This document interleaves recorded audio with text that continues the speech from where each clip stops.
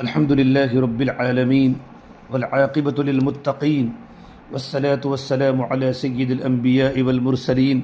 وعلى آله وصحبه أجمعين أما بعد فأعوذ بالله من الشيطان الرجيم بسم الله الرحمن الرحيم وقضى ربك ألا تعبدوا إلا إياه وبالوالدين إحسانا إما يبلغن عندك الكبر أحدهما أو كلاهما فلا تقل لهما أف ولا تنهرهما وقل لهما قولا كريما واخفض لهما جناح الذل من الرحمة وقل رب ارحمهما كما ربياني صغيرا وقال النبي صلى الله تبارك وتعالى عليه وسلم لا يجزي ولد والده إلا أن يجده مملوكا فيشتريه فيعتقه رواه مسلم او كما قال النبی صلی اللہ تبارک و تعالی علیہ وسلم۔ میرے محترم پیارے بھائیو، اللہ تبارک و تعالی نے انسان کو بے شمار نعمتیں عطا فرمائی ہیں۔ اتنی نعمتیں عطا فرمائی کہ انسان ان نعمتوں کو شمار نہیں کر سکتا، لیکن اللہ تبارک و تعالی کی ایک ترتیب ہے۔ جب بندوں کو اللہ نعمتیں دیتا ہے تو بندوں کے لیے ضروری ہے کہ اللہ تبارک و تعالی کی نعمتوں پر شکر ادا کریں۔ لئن شکرتم لازیدنکم، اگر تم اللہ کی نعمتوں کا شکریہ کرو گے تو اللہ نعمتوں کو بڑھائے گا اور اللہ تعالیٰ نعمتوں کو باقی بھی رکھے گا۔ ولئن کفرتم ان عذابی لشدید، اور اگر تم نے اللہ کی نعمتوں کی ناشکری کی تو اللہ فرماتے میرا عذاب بڑا سخت ہے۔ ان تمام نعمتوں میں سے ایک نعمت جو اللہ پاک نے ہمیں عطا فرمائی وہ والدین کی نعمت ہے۔ ماں باپ کی شفقت، ماں باپ کی نعمت یہ بہت بڑی نعمت ہے۔ جو لوگ اس نعمت کی قدر کرنے والے ہوتے ہیں، پروردگار عالم دنیا میں بھی ان کی قدردانی کا صلہ مرحمت فرماتے ہیں، اور آخرت میں یقیناً اللہ تبارک و تعالیٰ کی طرف سے فیضان کی بارش ان کی زندگی میں ہوگی۔ اللہ کی رحمت متوجہ ہوگی، اللہ بڑا بدلہ دے گا، جنت کے بالا خانے ان کے لیے مقدر ہوں گے، اور وہ نعمتیں ماں باپ کی خدمت کرنے کی بنیاد پر جنت میں عطا کی جائے گی کہ جن کے بارے میں ہم کبھی تصور نہیں کر سکتے۔ ہماری عقل اور ہماری فکر کی رسائی وہاں تک نہیں ہو سکتی۔ یہ وہ نعمت ہے جس کا حق نہیں ادا کیا جا سکتا۔ میرے بھائیو، دنیا میں ایسی بہت سی نعمتیں ہیں، ساتھیوں کی طرف سے بہت سی ایسی کرم فرمایا ہے جس کا بدلہ انسان چکا سکتا ہے، جن کا انسان عوض دے سکتا ہے، صلہ ادا کر سکتا ہے، بدلہ دے سکتا ہے، لیکن والدین کی شکل میں، ان کے شفقت برے سائے کی شکل میں اللہ نے جو نعمت انسان کو عطا فرمائی ہے اس کا بدلہ، اس کا کوئی صلہ انسان کی طرف سے ہو ہی نہیں سکتا۔ نبی کریم صلی اللہ تبارک و تعالی علیہ وسلم فرماتے ہیں ایک روایت میں، صحیح مسلم کی روایت، لا یجزی ولد والدہ الا ان یجدہ مملوکا فیشتریہ فیعتقہ، کہ کوئی بیٹا اپنے ماں باپ کے احسانات کا بدلہ نہیں چکا سکتا، اولاد اپنے والدین کے احسانات کا حق ادا نہیں کر سکتی سوائے اس کے کہ وہ اپنے ماں باپ میں سے کسی کو یا دونوں کو غلام پائے، پھر وہ ان کو خرید کر آزاد کرے، غلامی کی زندگی سے نکال کر آزادی کی زندگی میں جینے کا موقع ان کو عطا کرے۔ تو نبی کریم صلی اللہ تبارک و تعالی علیہ وسلم فرماتے ہیں کہ کسی درجے میں وہ ان کی شفقتوں کا، ان کے احسانات کا حق ادا کرنے والا اللہ کی نگاہ میں شمار کیا جائے گا۔ لیکن میرے بھائیو، علامہ طیبی ایک بہت بڑے محدث فرماتے ہیں کہ یہ ناممکن ہے کہ کوئی آدمی اپنے والدین میں سے کسی کا مالک بنے، اس لیے کہ باپ ہونا خود مالک ہونے کا تقاضا کرتا ہے، نہ کہ مملوک ہونے کا، کیونکہ ارشاد نبی صلی اللہ علیہ وسلم ہے، ابن ماجہ کی روایت ہے، انت و مالک لابیک، جو باپ اور بیٹے کے درمیان جو مقدمہ پیش تھا اللہ کے نبی کی خدمت میں، اس وقت آپ نے بیٹے کو کہا تھا کہ تو اور تیرا مال تیری باپ کے لیے ہے، تو اور تیرا مال تمہارے باپ کا ہے۔ اس وضاحت سے یہ ثابت ہوا کہ حدیث پاک مبالغہ کی بنا پر تعلیق بالمحال کی قبل سے ہے، یعنی کوئی بیٹا اپنے باپ کا حق ادا نہیں کر سکتا الا یہ کہ وہ اس کا مالک بنے، پھر اسے آزاد کرے، اور یہ محال ہے۔ ماں باپ کی خدمت کے پایوں بڑے فضائل ہیں، اس سے بڑی کوئی نعمت نہیں ہے۔ ماں باپ کے دل میں اپنے اولاد کے بارے میں جو محبت ہوتی ہے وہ صرف اللہ کے لیے ہوتی ہے۔ ایک بہت بڑے صحابی حضرت عبداللہ ابن عمر رضی اللہ عنہما ایک مرتبہ کعبۃ اللہ کے سامنے حرم مکی میں مطاف تشریف فرماتے، ایک یمنی آدمی کو دیکھا، عربی یمنی، ایک یمنی کو دیکھا کہ وہ اپنی بوڑھی ماں کو پیٹھ پر سوار کرا کر کعبۃ اللہ کا طواف کرا رہا ہے، بیت اللہ کے چکر مرا رہا ہے، اور بہت خوشی کے ساتھ اس عمل کو جو بڑا مشقت بھرا ہے انجام دے رہا ہے،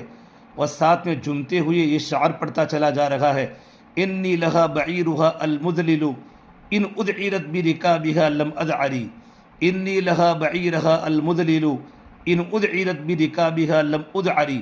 اس شعر کا ترجمہ یہ ہے، میں اپنی ماں کے لیے سجایا ہوا سواری کا اونٹ ہو، وہ اونٹ جس کو اگر راستے میں ڈرایا بھی جائے، دھمکایا بھی جاوے تو کسی کے ڈرانے اور دھمکانے سے ڈرتا نہیں ہے، یعنی اپنی منزل پر جانے سے رکتا نہیں ہے۔ میرے بھائیو، کتنا اطاعت گزار فرما بردار بیٹا ہوگا جو ایسا مشقت بھرا کام خوش دلی کے ساتھ سعادت سمجھتے ہوئے انجام دے رہا ہے، اور اس شعر کے ذریعے اپنے دل کی ترجمانی کر رہا ہے، اپنی دلی جذبات کا اظہار کیا ہے کہ جس طرح اونٹ پر سوار ہونے والا اونٹ کی لگام کو تھامے ہوئے ہوتا ہے، اور جس طرح سوار اشارہ کرتا ہے اسی طرح اونٹ چلنے لگتا ہے، میں بھی اپنی ماں کے لیے سواری کا اونٹ ہی ہوں، جیسا اشارہ مجھے ماں کی طرف سے ملے گا اسی اشارے کی طرف میں چلوں گا۔ حضرت عبداللہ بن عمر رضی اللہ عنہما اس کی اطاعت گزاری اور دلی جذبات کو دیکھ رہے ہیں، کتنا نیک بیٹا ہے۔ کچھ دیر کے بعد وہ یمنی نوجوان حضرت عبداللہ بن عمر کے پاس آتا ہے اور کہتا ہے، اتورانی جزیتہ،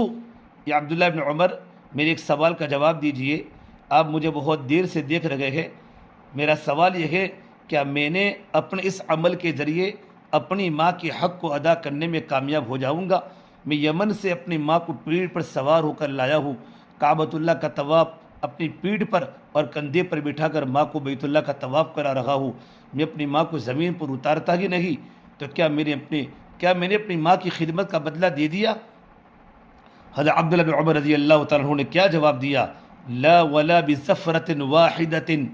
فرمایا کہ نوجوان، واقعی تیرا کام تو یقیناً بہت ہی قابل تعریف ہے، لیکن تیرا یہ سوچنا کہ میں اس عمل کے ذریعے اپنے ماں کے حق کو ادا کروں گا، یہ ممکن نہیں۔ ذرا یاد کر بیٹے، ماں نے تیری تربیت میں، تیری پرورش میں، تجھے بڑا کرنے میں، تجھے پروان چڑھانے میں کیا کیا مشقتیں برداشت کی ہیں، کیسی کیسی تکلیفوں کو جھیلا ہے، 9 مہینے تک اپنی جان کا ایک عضو بنا کر تجھے رکھا ہے، خون جگر سے تجھے سیراب کیا ہے، اور اس پورے مرحلے میں کس طرح کے اتار چڑھاؤ اس کی طبیعت کے اندر آتے رہے ہیں، کبھی کہیں تکلیف ہے، کبھی کہیں درد ہے، کبھی طبیعت خراب ہے، کبھی کھانے کو جی نہیں چاہتا، کبھی الٹیاں ہو رہی ہے۔ اس مرحلے میں ایک آہ بھی اگر تیری ماں کے منہ سے نکلی ہے تو تیرا یہ مشقت برا عمل اس ایک آہ کا بدلہ بھی نہیں ہو سکتا، چاہے جائے کہ پورا حق ادا کرنے والا ہو۔ حضرت عبداللہ بن عمر رضی اللہ عنہ نے اس نوجوان کو یہ جواب دیا۔ میرے بھائیو، میرے بزرگوں، اس سے ہم اندازہ کریں کہ والدین کی شفقت ایسی قیمتی دولت ہے جس کا بدل انسان کے پاس کچھ نہیں۔ بس خوش قسمتی کی باتیں ہیں جب تک یہ نعمت عظمیٰ میسر رہے، ماں باپ کی خدمت و اطاعت اور فرما برداری کو اپنی زندگی کا لازمی فریضہ تصور کرے، دنیا و آخرت دونوں جہاں میں کامیابی ملے گی۔ پھر راوی فرماتے ہیں، حضرت عبداللہ عمر رضی اللہ عنہما اپنی جگہ سے اٹھے اور نوجوان کو جواب دینے کے بعد کعبۃ اللہ کا طواف کیا اور مقام ابراہیم کے پیچھے کھڑے ہو کر 2 رکعت نماز پڑھی، اور نماز سے فارغ ہونے کے بعد فرمایا، ان کل رکعتین تکفران ما امامہما، یہ طواف سے فارغ ہونے کے بعد مقام ابراہیم کے پیچھے پڑھی جانے والی 2 رکعتیں جن کو ہم واجب الطواف کہتے ہیں، انسان کے پچھلے سارے گناہوں کو معاف کر دیتی ہے۔ میرے بھائی دوستو بزرگوں، یہ ماں باپ کتنی بڑی اللہ تبارک و تعالیٰ کی نعمت ہے۔ آج لوگ ماں باپ کو دھکے مار کر گھر سے نکال لگے ہیں۔ قرآن تو یوں کہتا ہے، ماں باپ کو اب بھی مت کہو، ان کے سامنے جھک جاؤ، انہوں نے آپ کی بڑی تربیت کی ہے۔ قرآن کریم میں جہاں اللہ نے اپنی عبادت کرنے کا حکم دیا ہے، وہ ماں باپ کی خدمت کرنے کا بھی حکم دیا ہے۔ وَاعْبُدُوا اللَّهَ وَلَا تُشْرِكُوا بِهِ شَيْئًا وَبِالْوَالِدَيْنِ إِحْسَانًا إِمَّا يَبْلُغَنَّ عِندَكَ الْكِبَرَ أَحَدُهُمَا، اگر تم میں سے دونوں میں سے کوئی ایک بوڑھا ہو جاوے یا دونوں بوڑھا ہو جاوے، فَلَا تَقُلْ لَهُمَا اُف، ان کو اف بھی مت کہو۔ حضرت علی فرماتے اگر اس سے بھی اگر کوئی چھوٹا لفظ ہوتا تو اللہ یہ فرماتے، وَلَا تَنْهَرْهُمَا، ان کو جھڑکو مت، وَقُلْ لَهُمَا قَوْلًا كَرِيمًا، ان کے ساتھ نرمی کا برتاؤ کرو۔ جس طرح چھوٹا بچے میں چڑچڑاپن ہوتی ہے، ضد کرتا ہے، بڑی عمر ہونے کے بعد مزاج میں تبدیلی آ جاتی ہے، ماں باپ کا مزاج بچوں جیسا والا ہو جاتا ہے، چڑچڑاپن آ جاتا ہے بیماریوں کی وجہ سے۔ ایسے وقت میں اپنے ماں باپ کی قدر کرے، میرے بھائیو، اسی طرح کا ایک اور واقعہ جناب رسول اللہ صلی اللہ علیہ وسلم سے بھی نقل کیا گیا ہے۔ ایک صاحب اللہ کے نبی کی خدمت میں آئے اور عرض کہ یا رسول اللہ اننی امن اطیعہا، میری ایک ماں ہے، میں ان کو اپنی جان سے بھی زیادہ عزیز سمجھتا ہوں، ہر ممکن ان کی اطاعت فرما برداری کی کوشش کرتا ہوں، جو کچھ میں کماتا ہوں ان کی خدمت میں لے جا کر پیش کرتا ہوں، ایک گھڑی کے لیے بھی اپنی توجہ کو ان سے نہیں ہٹاتا، کام تو سارے کرتا ہوں لیکن کبھی بھی اپنی ماں کی حق کی ادائیگی سے غافل نہیں ہوتا۔ یہ مطلب نہیں کہ مسلسل ان کو تکتا رہتا ہوں، بلکہ ان کی ہر ضرورت کا خیال رکھتا ہوں۔ میرے بھائیوں، آگے یوں فرمایا کہ یا رسول اللہ ضرورت پڑتی ہے تو اپنی بوڑھی ماں کو اپنی پیٹھ پر بٹھا کر سفر بھی کراتا ہوں، منزلیں بھی طے کراتا ہوں۔ اپنی ایک کارگزاری بیان کرنے کے بعد وہ صحابی سوال کرتے ہیں اللہ کے رسول، آپ نے میری اطاعت فرما برداری کے واقعات سن لیے، میرے جذبات آپ نے سن لیے، اب میں پوچھنا چاہتا ہوں یا رسول اللہ کیا میں نے میری ماں کا حق ادا کر دیا؟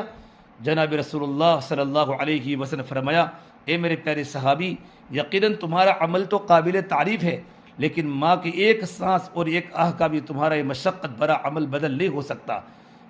صحابی نے سوال کیا یا رسول اللہ لیما، اے اللہ کے رسول ایسا کیوں؟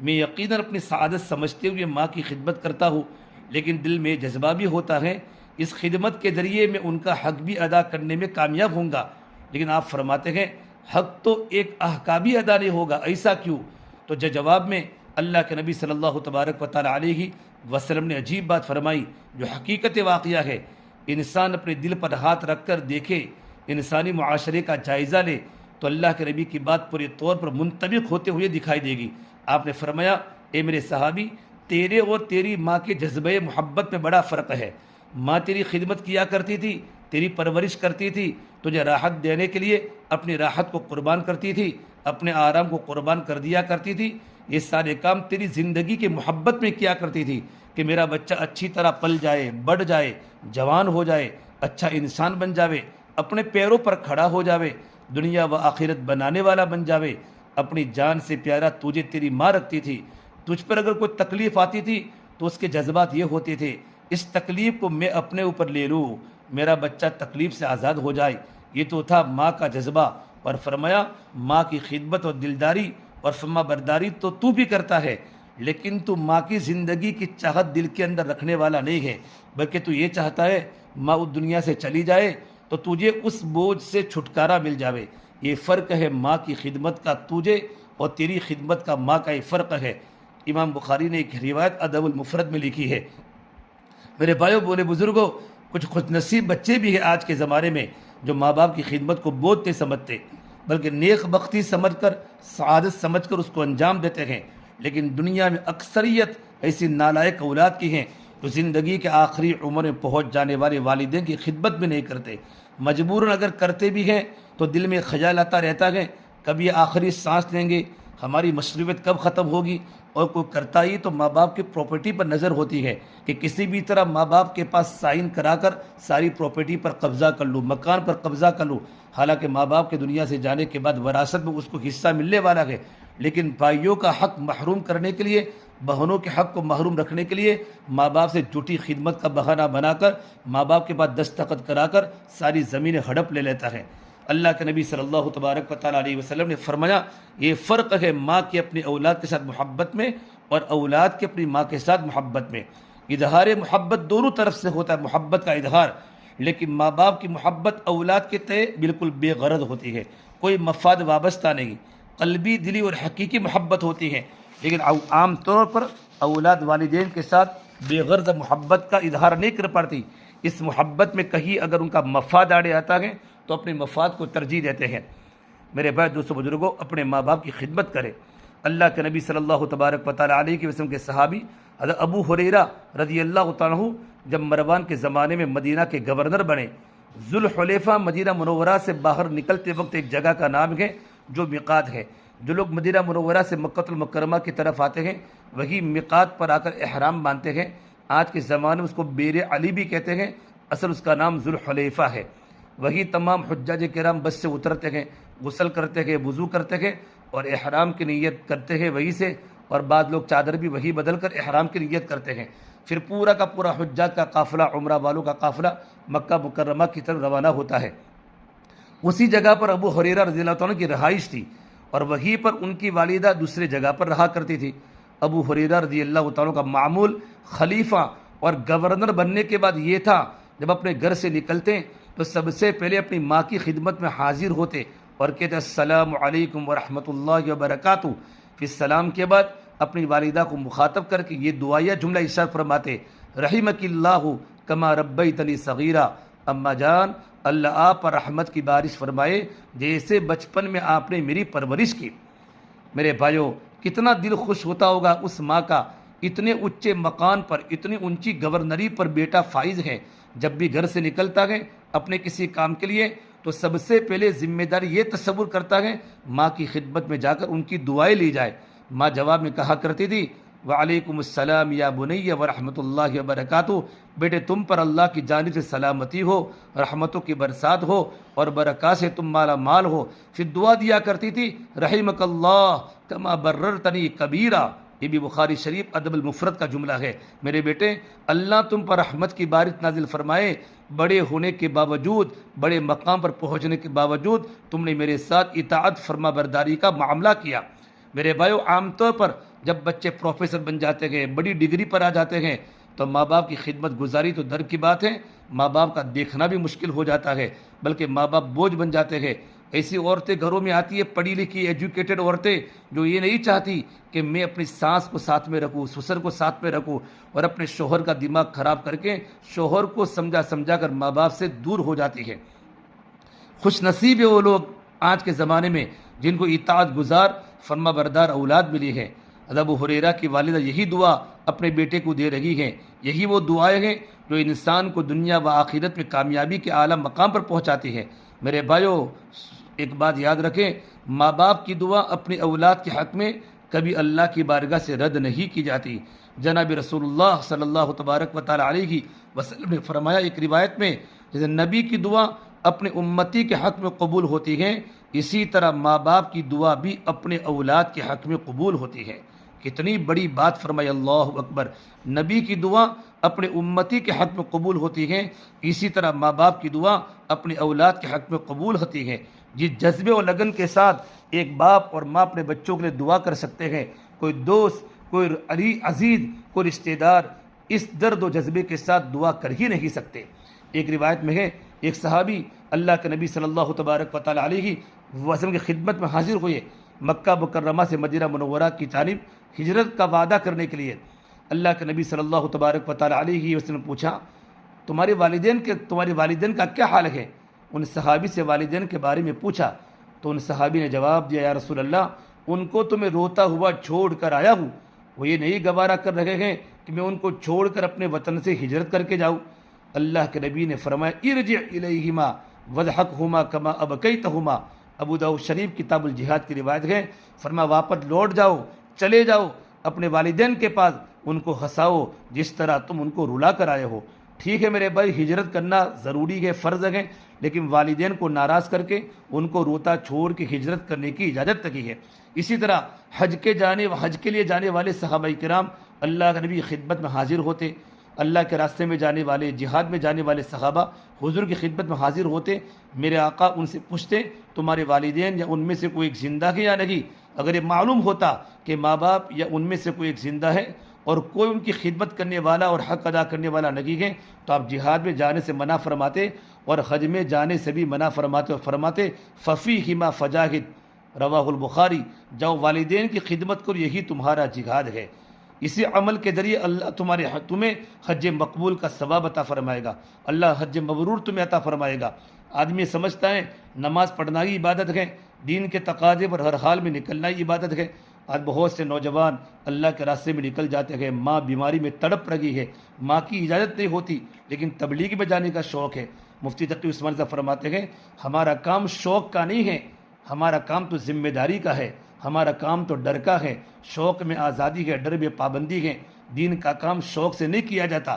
شوق آیا، اللہ کے راستے میں نکل گئے، بیوی کا حق بھی ادا نہیں ہوا، گھر میں قرضہ ہے، بیوی کے گھر پر فاقہ ہے، بچے بھوکے ہیں، ماں تڑپ رہی ہے، اللہ کے راستے میں نکل گئے۔ یہ عبادت نہیں ہے۔ اللہ کے سامنے اللہ کا راستہ کتنا بڑا سفر، جہاد کتنا بڑا عمل، حج کا سفر سب سے پاکیزہ مقدس سفر سمجھا جاتا ہے، جس کو اس کا موقع نصیب و ہاتھ سے جانے نہیں دیتا، لیکن حالات بعد دفعہ ایسے ہوتے ہیں اس مقدس سفر سے بھی زیادہ اہمیت رکھنے والا کوئی اور عمل ہوتا ہے، اور وہ عمل اپنے والدین کی دیکھ ریکھ اور ان کی خدمت ہے۔ اس سے میرے بھائیو، ماں باپ کو بہت بڑی اللہ کی نعمت سمجھو۔ یہ جو مجمع بیٹھا ہے ان کو جا کر پوچھو، بہت سے لوگوں کے ماں باپ اللہ کے پیارے ہو گئے، ان کے سروں پر ہاتھ پھیرنے والا کوئی نہیں ہے۔ ایک اللہ کے ولی کی ماں کا انتقال ہوا تو آواز آئی، اے اللہ کے بندے، اب سنبھل کے زندگی گزارنا، جس ہستی کی دعاؤں کا آسرا تجھے بچا رہا تھا وہ ہستی دنیا سے اڑ چکی ہے۔ ماں باپ کی دعائیں، ماں باپ کی شفقت اتنی بڑی نعمت ہے، انسان تصور نہیں کر سکتا۔ اللہ تعالی ہم تمام کو ماں باپ کی خدمت کرنے کی خوب توفیق عطا فرمائے۔